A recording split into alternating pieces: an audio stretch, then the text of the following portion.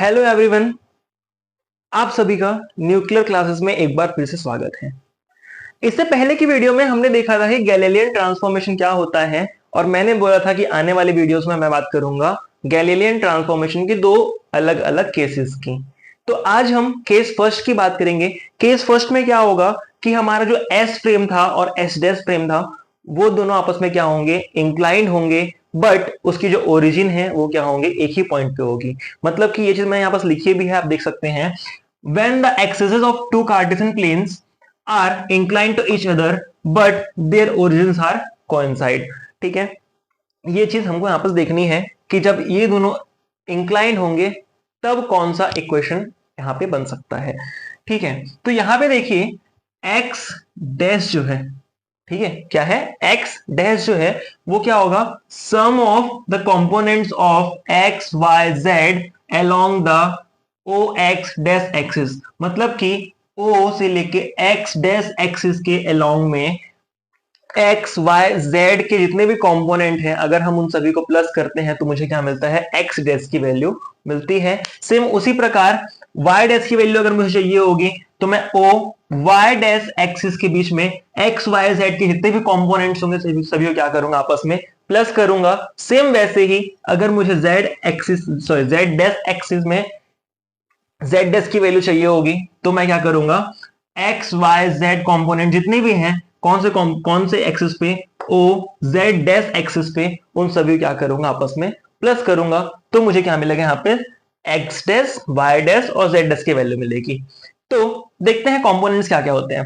देखो यहाँ पे एक्स डैश कंपोनेंट के सॉरी एक्स डैश की मुझे वैल्यू निकालनी है। यहाँ पे जो एक्स का जो कंपोनेंट था वो क्या था, x cos x x dash.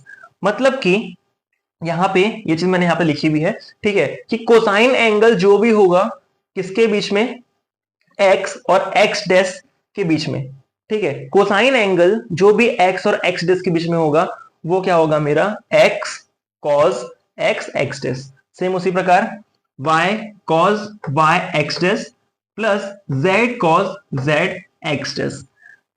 यहां पे मेरे को मिल गई क्या, एक्स डैश की वैल्यू।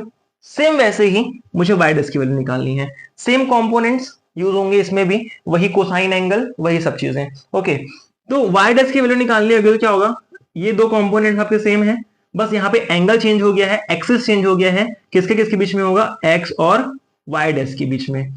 सेम उसी प्रकार यहाँ पे भी वाई कॉस सेम है, बस यहाँ पे क्या हो जाएगा आपका y, और जो हम लोग x डैश एक्सिस के अलॉन्ग जा रहे थे अब हम किसके अलॉन्ग जा रहे हैं, y डैश एक्सिस के अलॉन्ग जा रहे हैं। ओके, अब हम जब z की बात कर रहे हैं तो z और y डैश के सॉरी हाँ y डैश के एंगल के बीच में जो कोसाइन एंगल बनेगा उसको हम यहां पर कंसिडर करेंगे।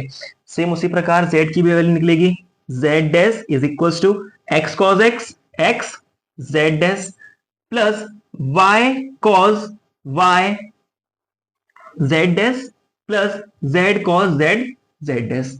यहां पे मुझे वैल्यूज मिल गई है। अब यार इतना बड़ा जो वैल्यू है इसको याद रखना थोड़ा टफ होता है। ठीक है, तो हमने क्या किया यहाँ पे, कुछ नहीं, ये जो कॉज है उसको सिर्फ और सिर्फ हमने सी नाम दे दिया। ओके, हमने क्या किया, सिर्फ और सिर्फ हर जगह यहाँ पर सी पुट कर दिया। ठीक है, यहाँ पे मैंने लिखा भी है एक्स एक्स डैश जो है वो कोसाइन एंगल है किसके किसके बीच बीच में, एक्स और एक्स डैश के बीच में। उसी प्रकार अगर मैं बात कर रहा हूं तो ये y और x डैश के बीच में होगा, z और x डैश के बीच में होगा। ओके, तो यहां पे x डैश की वैल्यू क्या होगी, x c x x dash plus y c y x dash plus z c z x dash. Similarly आप देख सकते हैं y कंपोनेंट और z कंपोनेंट की मैंने वैल्यू निकाल के रखी हुई है। ठीक है, अब मुझे पता है कि मुझे ये सभी वैल्यू मिल चुकी हैं। ठीक है, लेकिन यहां पे मैंने निकाला है एक्स डैश की वैल्यू, वाई डैश की वैल्यू, जेड डैश की वैल्यू। ओके, सो मुझे एक्स वाई जेड की वैल्यू भी निकालनी होगी। ठीक है, जब मैं एक्स वाई जेड की वैल्यू निकालूंगा तो मैं किसकी बात कर रहा हूं, एस फ्रेम की बात कर रहा हूं। अभी तक मैं किसके बारे में बात कर रहा था, एस डैश फ्रेम के बारे में बात कर रहा था। अभी क्या होगा, यहां पास मैं बात करूंगा एस फ्रेम के बारे में। तो एक्स की अगर मुझे वैल्यू चाहिए होगी तो देखो यार सब चीजें सेम है, लगभग सभी चीजें सेम है इसमें, इसमें कंफ्यूजन बहुत ज्यादा होता है। ठीक है, तो इसलिए मैंने क्या किया है, कंफ्यूजन ना हो इसलिए मैंने इसको पार्ट्स में डिवाइड किए हुए हैं। आप देख सकते हैं यहां से यहां तक मैंने फर्स्ट नाम दिया हुआ है, ये जो था इसको मैंने सेकंड नाम दिया है, एंड थर्ड पार्ट जो था मेरा वो ये लास्ट का था। ओके, यहां पे आप देख सकते हैं कि x की वैल्यू निकली। ठीक है, यहां पे जब मैं बात करता x डैश की तो x y z कंपोनेंट्स आ रहे थे। अब जब अगर मैं बात कर रहा हूं नॉर्मल x की तो x डैश y डैश और z डैश सामने आएंगे। ओके, तो यहां पे आप देख सकते हैं कि x की वैल्यू क्या होगी, x dash c x dash x plus y dash c x dash y plus z dash c x dash z। Same उसी प्रकार y की वैल्यू भी आएगी x dash c y dash x plus y dash c y dash y plus z dash c y dash z, और उसी प्रकार यहां पे z की भी वैल्यू आएगी। और यही हमारा क्या होता है, गैलीलियन ट्रांसफॉर्मेशन इक्वेशन होता है। ये हमारा लास्ट का रिक्वायर्ड इक्वेशन है। क्या है हमारा रिक्वायर्ड इक्वेशन है। ठीक है, अब यहां पे आपको रिक्वायर्ड इक्वेशन जो था वो मिल चुका है। अब इसके बाद अगर मैं बात करूं, ठीक है, कि यार देखो अब मैं यहां पे क्या कर रहा हूं ना, बाहर से कोई भी एक्सटर्नल फोर्स में नहीं लग रहा है। ठीक है, अगर एक्सटर्नल फोर्स नहीं लग रहा है दैट मीन्स सीधी सी बात है एक्सेलरेशन भी जीरो होगी। ठीक है, और एक्सेलरेशन जीरो होगी मतलब कि d square x upon del t square zero, del square y upon del t square zero, और डेल स्क्वायर जेड क्या, del square z upon del t square भी क्या होगा, यहाँ पास जीरो ही होगा। ठीक है, तो अगर मैं एक्सेलरेशन की बात करूं पार्टिकल की एस डैश फ्रेम में, ठीक है, किसमें अगर मैं बात कर रहा हूं acceleration of particle in frame S dash की, तो यहां पे आपको देखने को मिलेगा कि एक्सेलरेशन जो होगा पार्टिकल का वो एस डैश फ्रेम में भी क्या होगा, जीरो होगा। और यही हमको क्या बोलते हैं, गैलीलियन ट्रांसफॉर्मेशन बोलता है कि इक्वेशन आपने निकाल लिया है बट एक्सेलरेशन जो है वो जीरो ही होगा अगर आप इसमें एक्सटर्नल फोर्स नहीं लगाते हो।